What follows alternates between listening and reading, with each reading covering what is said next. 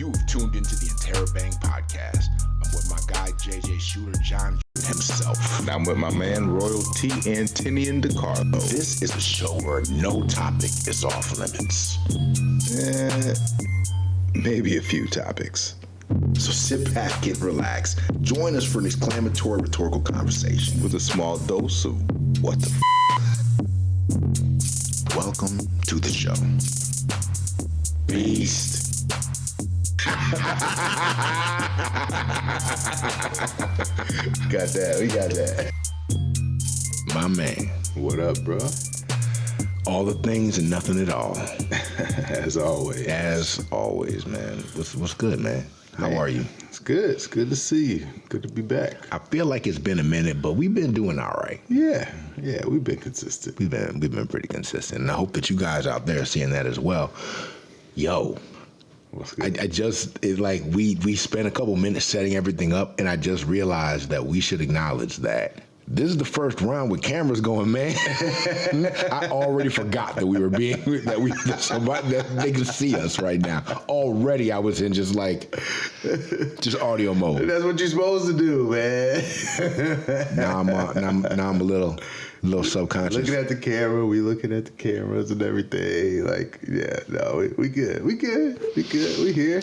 So hopefully we can pull this off and put it together. Because if not, audio only. Yes. Unless, we'll try a couple different things. So if you guys don't see the video of this, then you know that we failed with the video portion of it. But we are still trying. Yeah, we getting it out there. Yeah, man. So, hey, we moving up in the world. Well, trying to. Give the people what they want. Yes, sir. For those of you that are joining us for the first time, welcome. For everybody else, welcome back. Yes, sir. Kicking it with the Interrobangers. Yes, appreciate you guys tuning in once again to hear us muse. Right. So what's been going on with you the last week, two, since we last spoke? I feel like it's the norm now, man. Back on the grind. Mm-hmm. Nice weather definitely helps keep the mood up. So it's good that, getting some warm days and everything. Mm-hmm. Run around after the kids. You say that every time, man. I do. See, that's why I say you out of it, man. You out of that. Not necessarily, because while mine is air quotes grown, she's back home. And so, there's a level of, I wouldn't say chasing around, because she is very self-sufficient. Yeah. But, when your kids are in your space and in your area, there's a level of alertness and whatever that goes on. Definitely. So, yeah, man, running around to the kids. We've got cheer. We've got football. So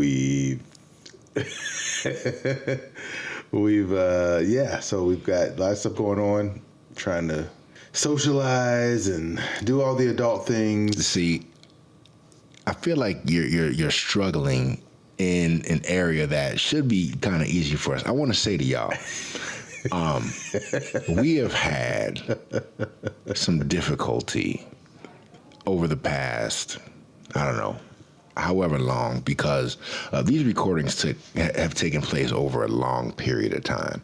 And things have changed, situations and circumstances have changed, and not everybody is aware of when each episode has been recorded. And so there's a little bit of confusion. And what we have been trying not to do is date the episodes so that if there's something in particular going on, and the episode comes out a month later, we didn't necessarily want you guys to know, it's been a while since we recorded this. But hopefully by the time this airs, we'll have caught up, because we do want to be able to talk about current events and things that are going on. But when we started, there was a significant lag. Yeah, we're still getting on our feet and, getting some consistency. Right. So I'm struggling because I am trying my hardest not to date this episode. But I definitely want to talk about, what's been going on in my life. So... he wants to do it without getting himself in trouble, which is understandable, man. It's understandable. You don't want any confusion. You want clarity. We want transparency. Transparency and clarity. Right. And that is a big topic of a conversation in my relationship at this moment. I'll tell you, man, my last episode, we touched base on the transparency versus honesty versus Openness. truthfulness, honesty, transparency. Those are the three levels. We touched base on that. And I mean, I'm pretty sure that it was okay, especially since, before I discussed it, I with you guys, I discussed it with my partner. So I didn't just go running off at the mouth. But something that I've noticed that happens when we sit down and record is that we sit down and we always have a drink. We usually have a drink, and John switches his drink up more often than I do. He enjoys a seltzer, a gluten-free beer, a wine, and I'm drinking whiskey, rocks, splash of ginger ale, tequila, hard alcohol. So by the time the episode is winding down, I'm feeling it a little bit. And John still has his wits about him, so I have to be a little bit more careful as we traverse the terrain. Ladies and gentlemen, you know who the alcoholic of this podcast is and who is not. Just saying. I mean, you could talk that smack, but if I go over there and bring back something green, what you gonna do? What are we talking about? I mean, we talking about splashes of ginger ale and whiskey right now. That's what we talking about. Okay. So we don't have to deviate from the topic at hand. The topic at hand. All right. So what are you drinking? Well, like you said, I switched it up a little bit. Okay. So I'm drinking tequila and soda today. Okay. And, the tequila is hitting, bro. It's hitting. Yeah. It's different than vodka. Yeah. I'm also drinking tequila rocks, but as you can probably see, the rocks have melted a bit because we've been talking smack for a minute before we hit the record button. But yeah, tequila rocks, splash of sugar-free ginger ale. Sugar-free ginger ale. Sugar-free. I've never tried tequila and ginger ale. Have a sip. It's good. Okay, I'll give it a try. Sounds kind of weird to me, just letting you know. I didn't think that whiskey and ginger ale would be a good mix, but it's the move. I don't really drink Coke anymore. Not bad, Nicholas. So it says on our show notes that you are kicking us off this round. Yes, sir. My topic, I guess, is so usually we do like a joke of the day. Well, we'll probably still do joke of the day, but we usually do like a scenario or would you rather. Yes. So I'm gonna take this up a notch, and if you've been listening. As you listen to the show more and more, and as you have been listening, you can tell, when Tinny gets the opportunity for one of these, oh boy, they go off the rails pretty quickly. So, when we were, having our little meeting to decide what we were going to discuss, he was like, I think I got an idea, but I don't want to tell you until it's time to record. And I didn't worry about it at all, and I wasn't worried until this very moment. All right, let me have it. All right, so the question is, considering the world, the country, and you personally, if you could prevent 9/11. Come on. Hold on. All right. By sucking off bin Laden to completion. Are you serious right now? By sucking bin Laden off to completion, would you prevent 9/11? If that was the only way to prevent 9/11 was to complete fellatio. Has he been in the desert this whole time? Just no showers, nothing? He just been in the caves? I mean, he's pre 9/11, so, I'm going to explain your answer. Ladies and gentlemen, for episode 2, we recorded a Would You Rather. We recorded a Would You Rather that was so foul that we violated the terms that we came up with between ourselves about censoring ourselves, going back and re-recording, covering stuff up because we didn't want to offend people, or we wanted to be genuine and really give you all the real. We wanted to give you all the real, and we went back and we changed it. So this is what I'm going to do for y'all, okay? I'm going to answer your question. You'll answer the question. I'm going to answer the question. Thank you for the caveat. I mean, I'm not done. oh my God. But right after this airs, I'm airing that segment that we removed. Absolutely not. Hey, man. Hey, man. Like, we opened the door, and then we closed it, and then he tried to sneak in the window. Hey, you know, this is separate of that conversation. Yeah, it's separate because we talking about me. When we was talking about you, it was together. When we was talking about you, it was oh man, I don't know. My dad listened to this one last week, man. I don't know if we could do this. Bruh. That's cool. I'm gonna answer though. But know that is the cost of your answer. Is it still worth it? Okay, so we gonna talk about this. Now I'm gonna answer. I'm gonna answer. But know that that's the cost. You still want to play? Or you taking your ball and you're going home? Hold up. This is my segment. You're right. I answered the question during your segment. Yeah, and I said I'm gonna answer it. I've never once said I'm not gonna answer it. Are you ready? We will TBD this segment as far as airing. Oh no. That's what's happening. Now, also keep in mind that we are recording with video, so yes. I don't have so going back and cutting out spaces and things where we might need to ponder for a moment. That's not something we can do. This is the authentic. This is the real. All right. So you gotta decide what you want to do. Answer the question. Okay. And I'm just letting you know that if I do, and I'm going to, that is airing. That is going to air on a. It can air, but we'll talk about how it airs. We'll see. I am the keeper of the records. I am the keeper of the data.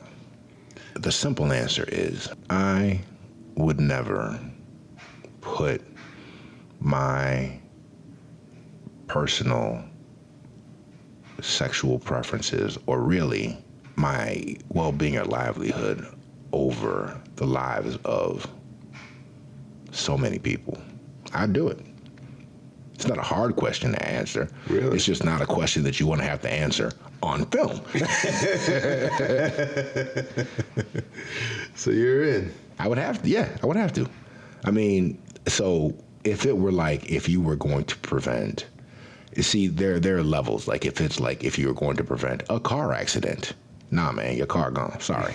Like if you were going to prevent, there are different levels where sometimes my pride takes precedent over whatever it is. But like you picked a poor example, 9/11. Stop 9/11. I mean,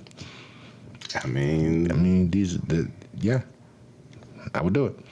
What about you? I find that very interesting. I really. You didn't think you thought I'd be like, nah, F them people. Twin Towers gone. I had to reshoot Spider-Man because of that. No, because you really didn't think? You really thought that I'd be like, nah, son, really? Well, because in a different version of the question, somebody answered no. Yeah, honestly. Huh. It was more important that they never completed a man. That brings me to another interesting kind of way to look at it because, and it goes into, this is me, I'm nerding out now. So let's talk about from a time travel standpoint. So you go back and prevent the assassination of JFK, and you would think, okay, so JFK had a lot of policies that would have done a lot of people good at the time and could have a lot of positive long-term effects. But there was a book that actually explored that, and what happened was they went back, they saved them, and when they came back to their current time, things were infinitely worse. And so... Butterfly effect. Yeah, absolutely. So, the obvious answer is, yeah, you want to prevent it, but who's to say that, some other horrific tragedy doesn't come to pass that makes things 1,000 times worse. So I guess, the simple answer is yeah, you do it. But you don't, sometimes the devil you know is better than the devil that you don't. This is true. It was actually... You got the book here. I actually want to read it if you got it. If it's not here, then I lent it out, but I'll definitely get you the title. I think it's a book by Stephen King. I'll get it to you. And for anybody else that's listening that wants to check it out, it's in the show notes. I think it's 1964, 72. I forget what it's called. And my phone is recording, so I can't even look it up. Interesting answer. I'm always up for being surprised. So you didn't answer. Oh, okay. So the book is called 11/22/63. Okay. And I do have a copy. It's just I don't see it upon turning around real quick. So I'll find it and I'll lend it to you. Yeah. Stephen King, 11/22/63. Good book. Check it out. Okay. Good book. So I've asked you 3 times and you're skirting the question. I'm looking right at you. What would you do? This question is definitely is very personal to me. Because of the penises that you sucked in the past? Because you have to be in love to suck a penis? Because you need an emotional connection.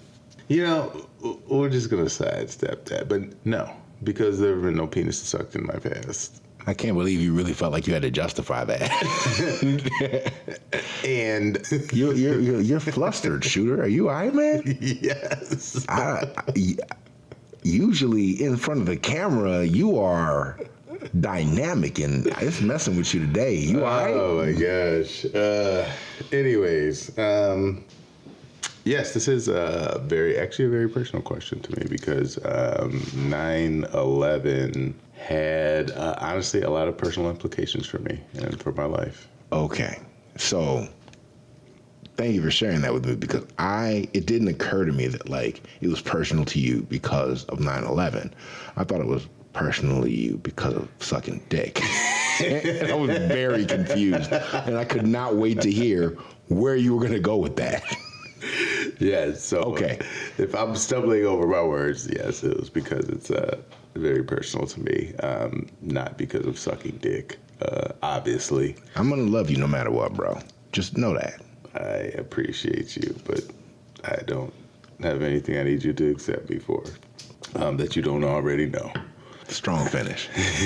So did you want to share some of the personal implications, or? I was in the military during 9/11. Mm-hmm. I was in, for those of you that don't know, I'm a veteran. I was in the National Guard, the Army National Guard, for 8 years.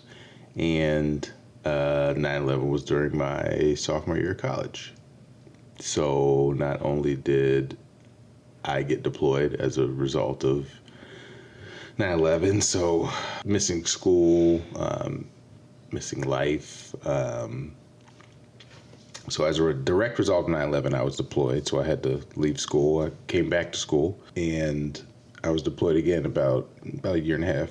Where were you deployed to the first time? First time I was deployed to Germany. Mm-hmm. So I got to spend about 10 months in Germany, in Mannheim and Heidelberg, Germany. Good deployment. It was great. Actually, me and my brother went on that deployment together. So yeah, it was a good experience, but an experience that I would not have had if not for 9/11. Mm-hmm. And second deployment was to Fort Polk, Louisiana, in support of Operation,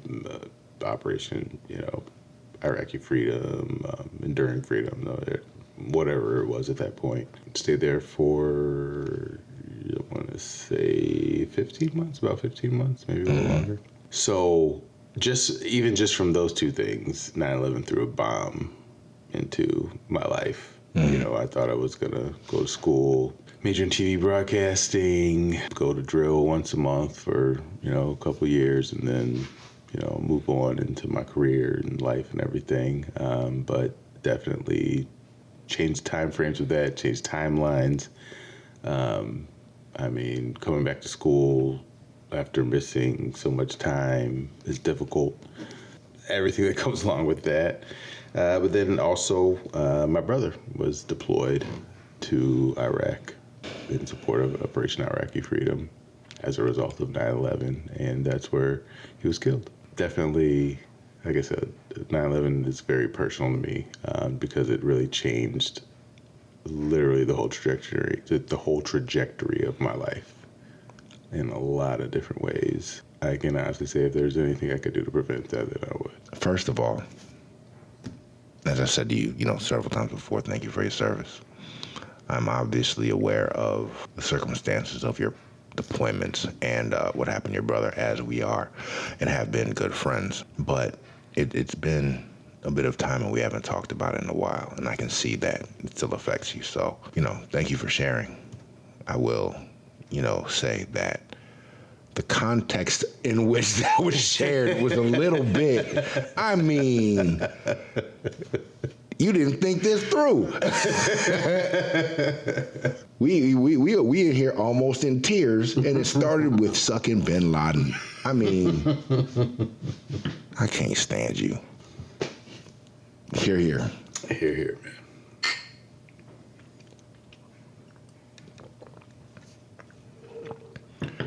I don't even know what to say about that. I'm glad that we've come to a consensus that saving lives would be the priority. Absolutely. All right, man. So we have a topic. This is a topic that you actually came up with. Yes. And we were going to do it last broadcast, but we got so into it with the other stuff that, we had to push it back. So I'm going to let you kick this one off, too. Yeah? Yeah. Do you think we should take a break before we go? So, ladies and gentlemen, we will be right back after this commercial break. You got to pay the bills, man. That's right. Beast. All right, ladies and gentlemen, it's time to pay the bills. RTE Insurance Agency provides expert insurance solutions tailored to each client's unique needs. As licensed brokers, they offer life insurance, both whole and term, Medicare options, and home and auto coverage with a personalized touch. Their team ensures ongoing support with annual reviews and expert guidance throughout every stage of life. Based in the Chicago suburbs, RTE Insurance is committed to protection with a personal touch. Contact them at 312-219-5449. Email connect@rteinsuranceagency.com or visit www.rteinsuranceagency.com today. And we're back. And we're black. Hey, you got it this time. I got it. I'm catching up. My man. Yes, sir. So that last segment was, it got... Got a little heavy. It got heavy. But again, I want to thank you for being open. Of course, man. On the mic. Of course, man. Hey, that's what we're here for. Yeah. I mean, because you're actually really good about being open with me when we have our conversations. But it's different with cameras rolling and you don't know who's going to see or hear or whatever it is. So thank you, brother. Of course, bro. All right. That's what I'm here for. We didn't just take a break. We took a break. But we back out here in good spirits, ready for some jokey jokes. Yes, you got the jokes of the day. I do. I'm trying to decide which one I'm going to do. Are you a dude that likes from like bathing suits? Do you like one pieces, two pieces? Like, how do you like to see it? Not even necessarily your girlfriend or your woman, but what do you? I mean, I'm a big fan of the two-piece. You like the two-piece? I like the bikini. Yeah, that's what I'm saying. I'm fine with the one piece. One pieces with the with the open spaces. Open spaces, and I like all that. I like seeing. I like a bikini to look like a bikini. I understand. That's actually another thing that we have to thank the Jews for. Bikinis. The Jews? Yeah, they came up with bikinis. Really? Yeah, it was to separate the meat from the dairy. Let's go.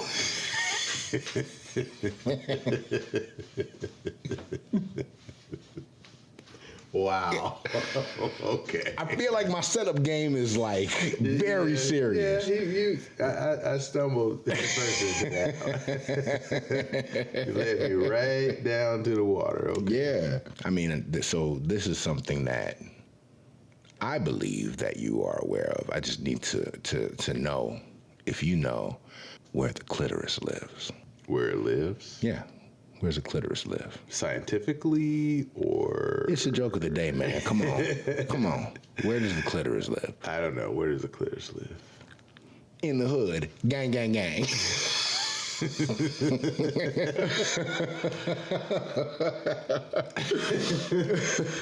I got nothing.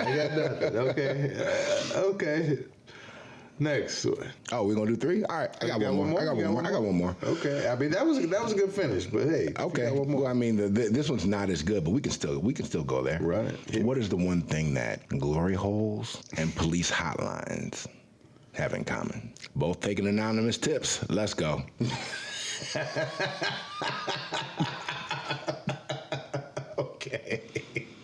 Okay, I went that way. We coming back from a very somber moment hard. We coming in with smiles and stuff. Let's go.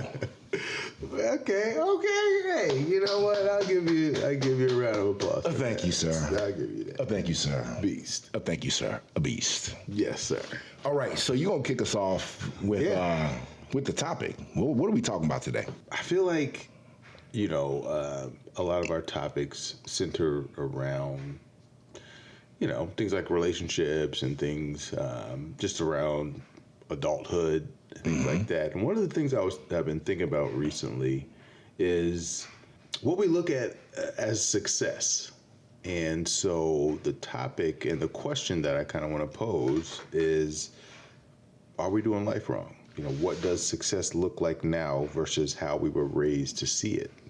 We are both in our 40s and we've experienced life a little bit. So I want to kind of think about this and talk about this from a perspective of maybe like a then versus now.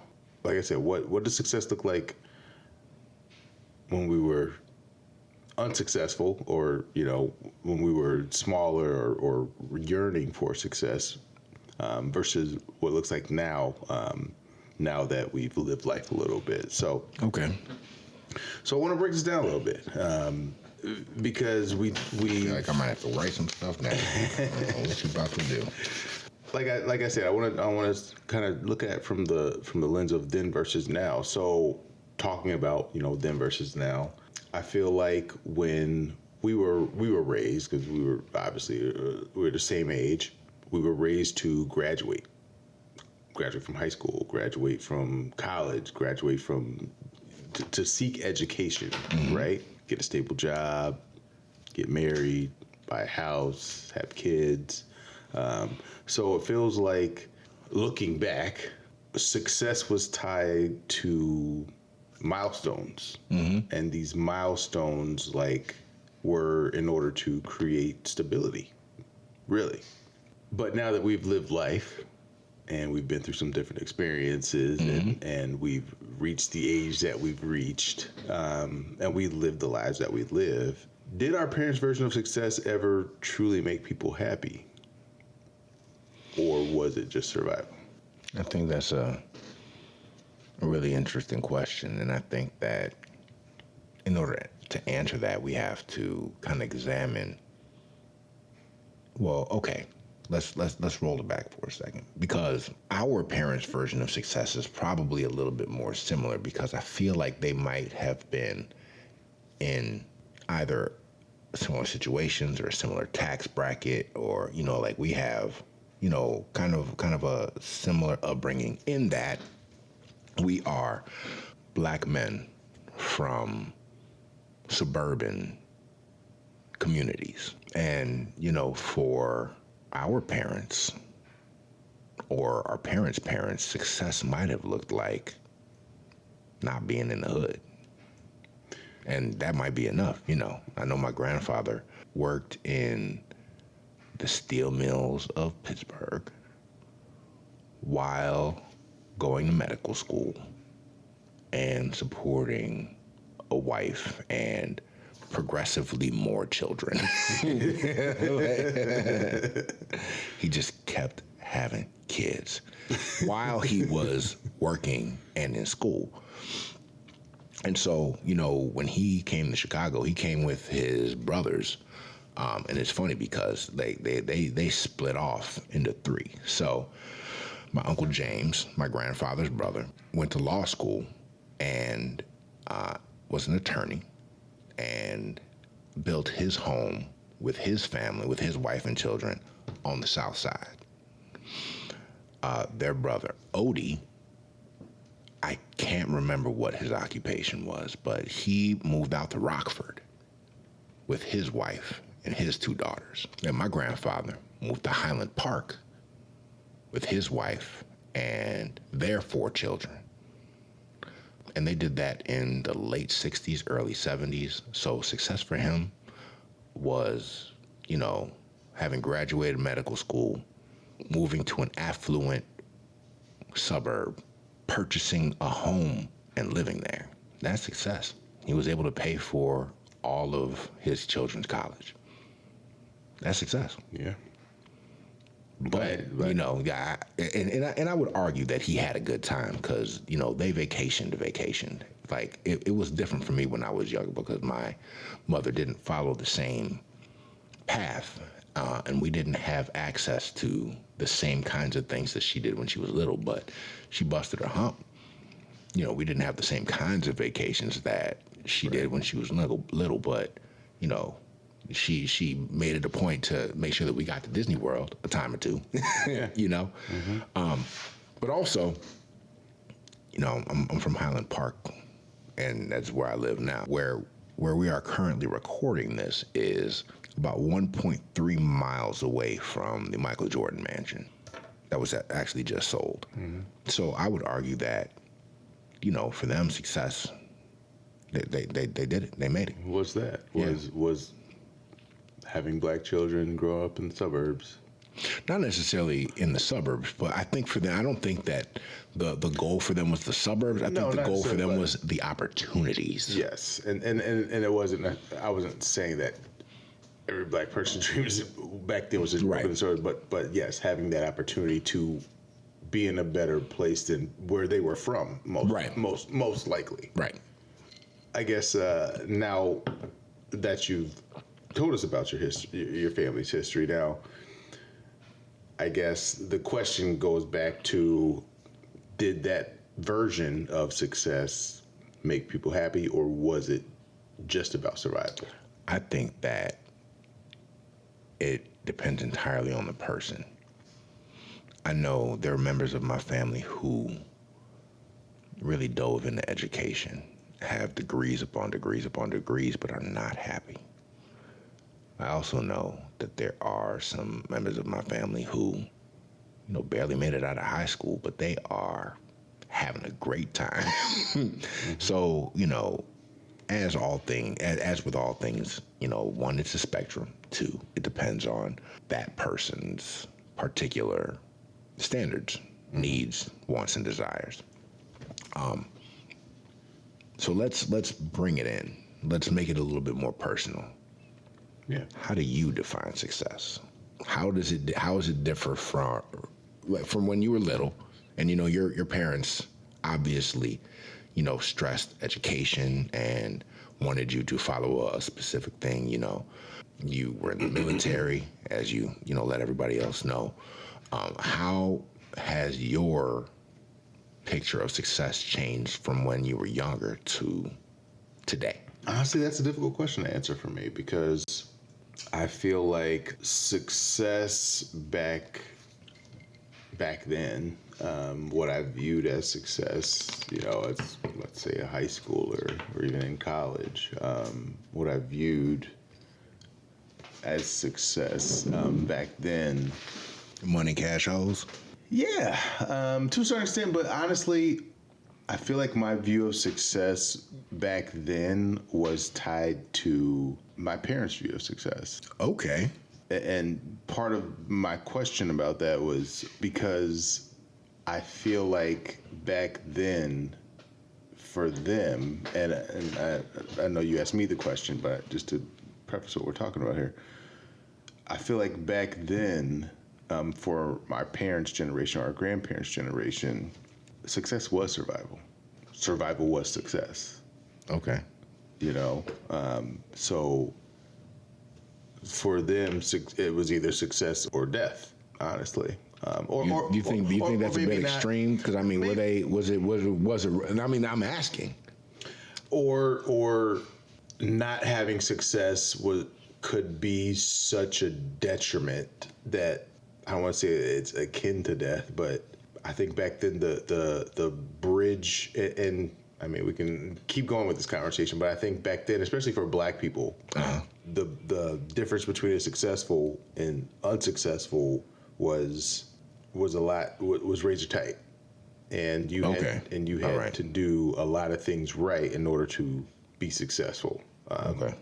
Otherwise, you were in survival mode.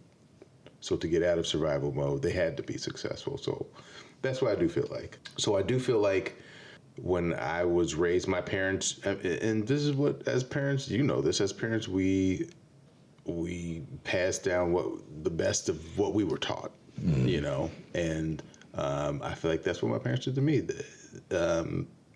So I was taught that success was having what I grew up with, or a little bit more.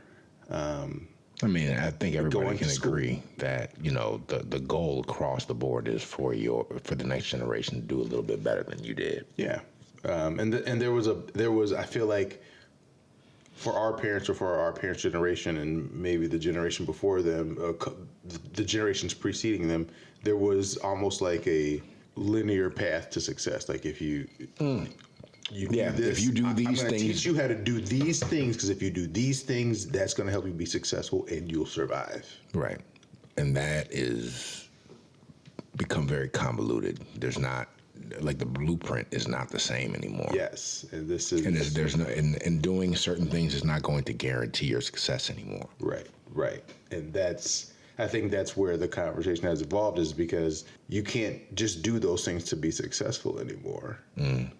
So what is that success now? Because it doesn't look like that. It doesn't look like, I mean, yes, I live in the suburbs. My kids live in the suburbs, but am I successful because I have kids in a good school district and, I can... It also depends on, where the bar is. If you don't have to drive home from the bar, you're successful. No, I mean where the bar of success is. Yeah, I know what you mean. Okay, I was like, I mean, because this is the one episode where you drank more than me. Right. So I'm like, yo, you might be slipping a little bit. I don't know. It's my job to kind of keep you on track a little bit. We keep up with each other. Yeah. I am my brother's keeper. You are, and you are a very good keeper, my Thank friend. you, brother. Thank you. Appreciate it. So I agree with a lot of what you said, and to kind of hone in on my definition of success, I think now success has a lot more to do with happiness than it did, from my perception, from my perspective, has a lot more to do with happiness than it did when I was younger. When I was younger, it was the accumulation of things. Now it has almost nothing to do with the accumulation of things and more to do with having the resources and freedoms to do the things that I want to do. So, I don't mind. So something that I've discovered, and this actually, like, it got put in my head, before COVID, there's a book called The 4-Hour Work Week, where they talk about how, the author talks about how, and this was before COVID, before, it was really easy to do everything remote. He kind of gives you a blueprint. He outlines how to, especially if you're in the corporate scenario, to first perform in a way that gets your boss's attention, and then propose, because of your productivity, that you be allowed to work remote X amount of days. Okay, so once you've acquired that, make sure that while you're remote, you are overproducing. So if they see, this dude's really doing his thing when it's remote, and so when you ask to be, there's not really much of a problem. Now, obviously, this is I'm paraphrasing and condensing severely, and I haven't read this book probably in like 8 years. So my memory of exactly how it went Please forgive me if I don't quite get it right. But ultimately, what he winds up doing is working remote and just traveling everywhere. So much so that, like, that like healthcare is different in different parts of the world. So when it was time for his kids to get braces, he flew down to, I don't remember where it was. It was either like somewhere, in Western Europe or South America, orthodontia, like great orthodontists, but it was cheap. And he, got braces for all his kids for like $500 a pop. I have Invisalign in right now. $6,000. $6,000 to make my smile look like his. I'm gonna do the special effect ding. Ding. The cost of living is different. So, if you can take your US income and apply it to somewhere where the cost of living is much lower, even if it's just for a couple months, you do that. And I know that I've worked in jobs where I was able to work remote and I was traveling my behind off. Working remote, traveling my behind off. And that, to me, was success. That was happiness. And I think another part of this conversation is success. And I think there's two parts to this conversation, to this question that I'm going to ask you. Is success still financial success, or is it time freedom? And is that seen as successful because of our age and what we've evolved to, or is that the measure of success now? Well, firstly, I think the measure of success from a societal standpoint is changing. It is shifting, and people are starting to wake up and realize, like, so there's that. Having more money is always going to create more opportunities and give you more freedom. But because things are evolving from a technological standpoint the way they are, we're now in a position where we can move around in a different way without needing as much money to do it. Yes. So yes, for me it's time. Because forever we've heard about the people that make an obnoxious amount of money but don't know their kids, don't have time, unhappy wife. She's sleeping with a pool boy. Right. So, for me it's time, having enough money to, do the things that I want within reason. And, setting up the next generation for success. Putting them in pole position so that their path is a little bit easier than mine. I definitely feel it's time freedom. It's being able to do the things that make me happy and that make me a better father, better friend, better son, all those things that help make me better. And working and earning money typically is not the thing that makes me better at, Right. So yeah, man. I think there's a lot of angles to this conversation, and we definitely don't have time to explore them all. Yeah, we really have to. We might have to revisit the format, because this is something that I definitely like to talk more about. But we're already at an hour, and we don't want to hold everybody hostage, or worse, lose listeners. Dun dun dun Dun dun dun. But I don't mind going over a little bit. Like, if you got thoughts, let's hear them. Let's talk about it. I think we can definitely revisit this, because there's a lot of different ways that I think that we can take this conversation. I mean, there's views of success as far as relationships and family. I mean, oh yeah, views of success for kind of what's curated for people to think it's success, like social media. Do we chase that more than real life happiness, or what are people now that are growing up seeing or perceiving as happiness that we didn't have social media when we were growing up? Mental health. So much. How much of that is making us better or safer or, more fulfilled or less fulfilled, with all of the focus on mental health that has happened in the last 5 to 10 years. Yeah. So I feel like there's a lot of different ways we can go on this. And then also, what was the initial question that you asked? Oh, the question, are we doing it wrong? Are we doing it wrong? I think... oh, you don't have to answer now saying that definitely feel free to, but that's something that we, when we revisit that we should address. Yeah. Yes. And I guess initial thoughts from where we're at in the conversation right now. It's hard to say that we're doing it wrong because I think at every generation is trying to do it right. Yeah. And I think we're still in... So whatever wrongs our parents did was because they were trying to do something right. Yeah. Whatever wrongs our grandparents did was because they were trying to do something right for our parents, So whatever we're doing wrong is because we're trying to do something right for ourselves and for our kids. So I think as the conversation evolves and as we go through different parts of the conversation, we can probably hone in on that and hammer that down. So I think that by the time this airs, we'll be far enough into the mix that we can pose a question and maybe visit some answers. Yeah. On the air next time. If the listeners involved. if you listen, if you're listening, drop us a line. Let us know how you perceive success. Let us know what is important to you and how you define it. Give us some feedback. Let's talk about it.